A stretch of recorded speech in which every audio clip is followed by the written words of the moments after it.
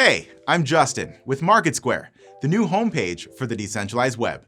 Let's learn about Hive, a recent partner of MarketSquare. Hive is a blockchain platform that developers can integrate with their applications. The first standout use case for Hive was Hive.blog, which combined aspects of Reddit and Medium. Hive.blog also mixes in immutable content storage and a rewards mechanism using blockchain technology.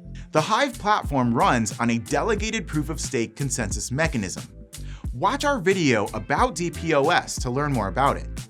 Hive also uses a staking scheme to eliminate transaction fees. Hive has three native crypto assets that run on its blockchain: Hive, Hive Power, and Hive-backed dollars. Hive is the main crypto asset used for most on-chain interactions.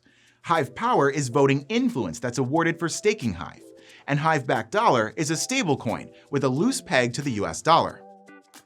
Hive also has a decentralized treasury fueled by some of the newly generated Hive coins. It's managed by all the users of the platform, rewarding content creators based on community voting. The Hive platform and blockchain have a lot of useful components that have contributed to a successful and growing ecosystem.